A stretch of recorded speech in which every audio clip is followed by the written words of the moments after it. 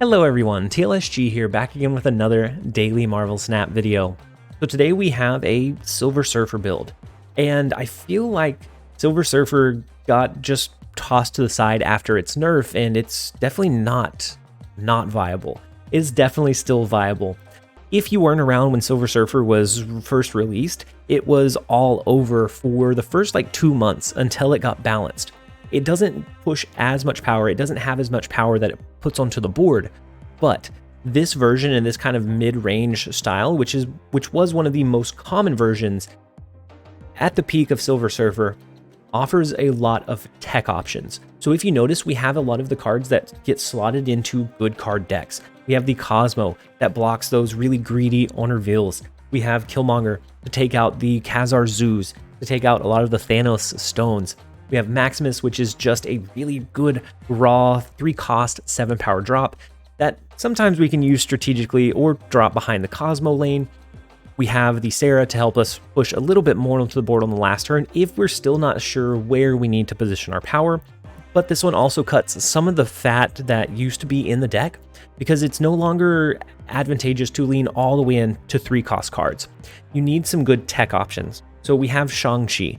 Some games, if the opponent hangs their Red Skull into one of the locations, you can drop your Shang Chi and then one 3-cost card if you had Sarah on 5, and you can still find a way to win because they left their card out in the open. Shang Chi is one of those that's not going to be useful every single game, but there are some that he's absolutely going to bring it home for you. And then in addition to that, we have our Aero, which right now it feels almost necessary with Shuri and how few cards it pumps onto the board. If they end up maybe skipping or they don't have the Cosmo, you can use your Aero to force those cards to be stacked into those big, powerful resources to be stacked into one lane when you win the other two. And then the rest of the deck is just your standard good 3-cost cards. Rogue is one of those that feels like she could be a cut, but there are games where having her in your deck are going to win you the 4 or 8 cube matches off of the surprise factor and the ability to swing those games in your favor so very quickly. Just stealing a Soul Stone is an 8-power swing in your direction in that lane. Just pulling the Blue Marvel can be up to 23-power swing if you both have your boards completely capped out. Very unlikely, but it could happen. Stealing the Devil Dino, devastating. The Hawk. There are a lot of ongoing cards that are slowly creeping back into the meta, and Rogue is one of those that can always sometimes steal those games away. Stealing away a Ki Wong or a Patriot can just win you the game, and those that you might otherwise not have a chance at matching into. And so overall, the list runs incredibly well, and I think it's only going to get better when Shuri and Thanos are balanced with the patch that should be coming pretty soon. And so with the brief deck explanation out of the way, we're going to go ahead and jump over into a couple of games. I hope you guys enjoy. All right, first up we have my go. The first location is the Superflow. They're not running a Thanos list, so I would say odds are they're running Shuri. And we do fairly well into usually either one. They do play their Lizard on 1. They're going to be able to play an early Shuri on turn 3.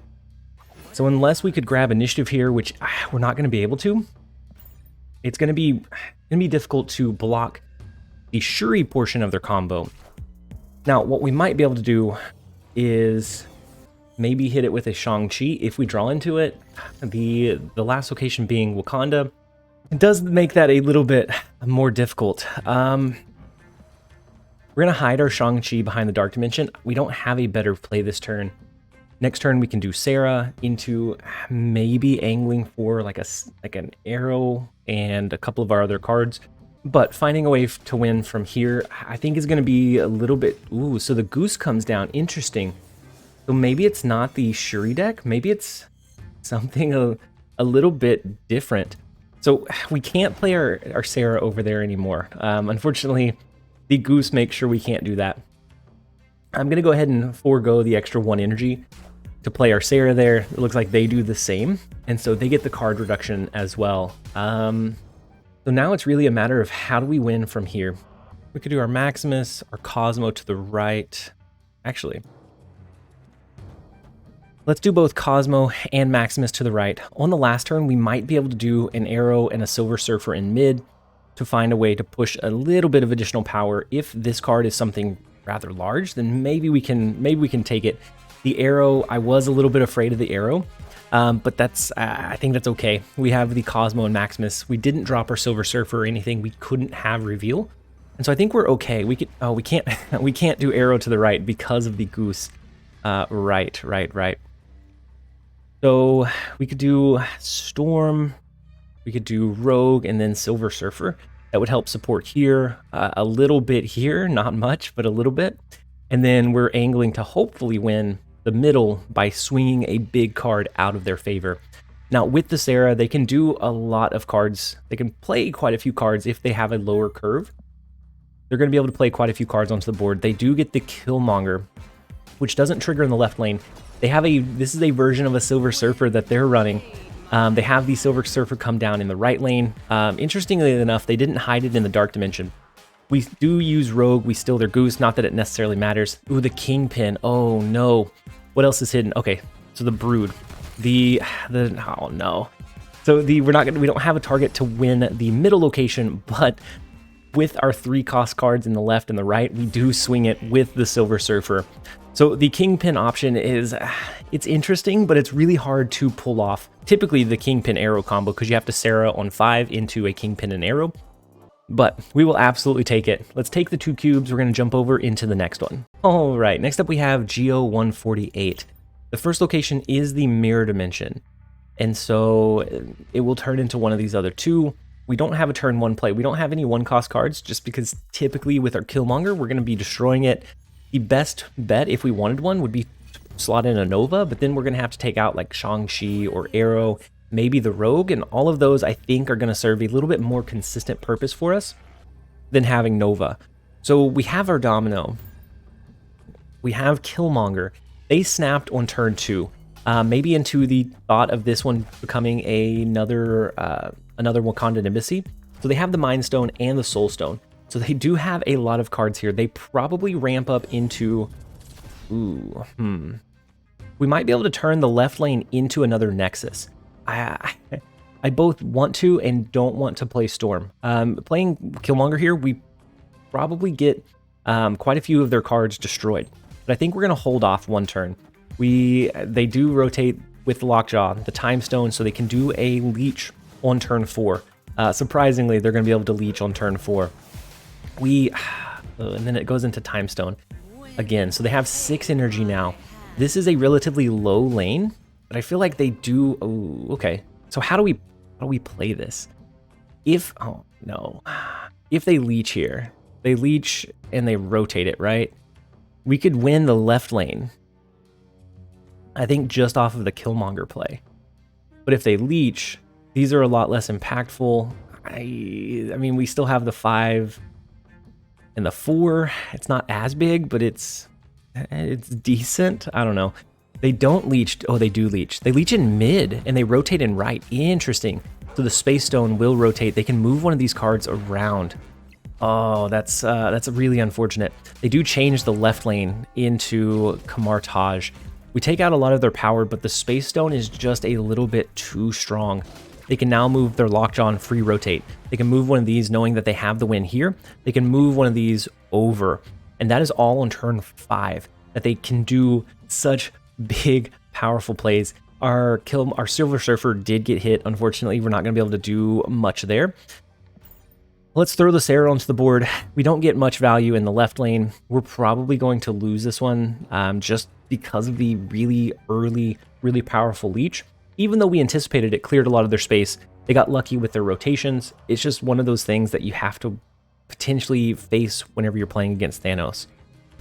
Oh, so they moved their Lockjaw and not one of their big cards. So they're opting to continue rotating here, which could be kind of scary. I mean, all they had to do was move one of the cards. They now get Space Stone again, so they'll be able to move one card from here, which again is just insane. Had we not already had our Shang-Chi, I think maybe we could have fought to win this one. But as is, I don't think there's any way that we can. All they have to do is drop like a Thanos, and we're gonna stop kidding ourselves. We're gonna jump out after the Leech, after the three good rotations. Plus, they continue to hit their Space Stone. Whenever Thanos hits their high roll, there's not a lot you can do about it. In a lot of cases, we're gonna take our loss, unfortunately. and we're going to jump over into the next one. All right, next up we have a new video regular, Dandelion. We have Dandelion. They are running a Thanos list, so if they early snap, if they play a Quinjet and then snap, we probably retreat. At that point, it's not usually worth risking the additional cubes. I mean, we have a couple of ways that we could make it work, but if they get a lucky lockjaw rotation, if they get a really good early leech, that's going to hit so many of our strong cards that is just so hard to play into and play against. I'm going to storm the right lane. I don't want anything to get pulled into that location. They can change the limbo with Reality Stone, so we have to be aware of that and play a little bit more reserved as well. We're going to go ahead and play Maximus. I assume that they can probably draw into additional cards. Right now, they do play 2, so they were down to 5. She-Hulk comes down, and then the Time Stone. So they will be able to do a turn 5. I guess they could have always done a turn 5 leech, right? It's not the best, and this is the thing with Thanos, is that it puts you in really awkward, really hard to win positionings. I'm going to play Silver Surfer on 5. That's never the case if you're not worried about a very consistent leech play. But it will give us the ability to push power over into the right lane. And then if they don't Space Stone, if they don't Space Stone, then they Soul Stone. They do play Spider-Man into mid. Interesting. So maybe this is not the leech version, but with Thanos and being as common and consistent as it is, we have to respect the fact that it very well could have been. I wish we had a Killmonger. We could take out a lot of their power. Unfortunately, we don't. So they turn first. If they change Limbo, then they're going to win Throne Room. We have to find a way to win otherwise. We're gonna do the weird preemptive Shang Chi. If they do a big Devil Dino, and their Reality Stone in the left lane to kind of sneak this one away, we're gonna try to preemptively anticipate that. Oh no, they leech. They leech on 6 instead. That's tough. That's never what we want to see. Good. Never feels good. Let's do the Cosmo and the Killmonger. Now we're gonna clear out these stones. Does this ever win? Probably not. But it's only for 1 additional cube. We're gonna clear out the biggest deficit that they're hurting us with, which is a negative. It's a 5 power, 1 cost, or free card because of Quinjet in the Soul Stone. We're gonna take that away. We could have stolen that with Rogue last turn, I guess. But never knowing exactly when Leech is gonna come down is just so difficult. So they do play 2 cards. They play the Thanos in the right lane and the Power Stone in the left lane. So our Killmonger that we top decked is going to give us the 2 cubes where we probably could have easily left, knowing that they had the ability to do some big, powerful plays on this last turn. And so because it was a little bit up in the air and they didn't have enough power spread onto the board just without rotating the Leech, he's very low tempo, we were able to find a way and secure a win. We will go ahead and take it. Let's jump over into the next one. All right, I bet you never saw this one coming, but we have another Thanos list. The first location is Strange Academy. We don't have our Killmonger in hand. We do have Silver Surfer, which is really unfortunate, especially if we anticipate the Leech coming down on 4, because by that point, we're not going to have a lot of cards already out on the board. Now, with the middle location being Death's Domain, we have to expect or anticipate that maybe they don't change that location. Maybe they just put more, maybe they push power over there with the Space Stone, but they do end up changing it. So now if this last one was unadvantageous, then they would kind of be stuck with it because they played the Reality Stone out onto the board to get the early card draw. We're going to go ahead and play our Maximus. We probably only give them maybe 1 extra card here. I guess I was lying. So the Quinjet bumps them up to 5. They would draw into 1 more, so we are giving them just 1 additional card here compared to what they would have had otherwise. They do have initiative because they spread their power to the left and the right.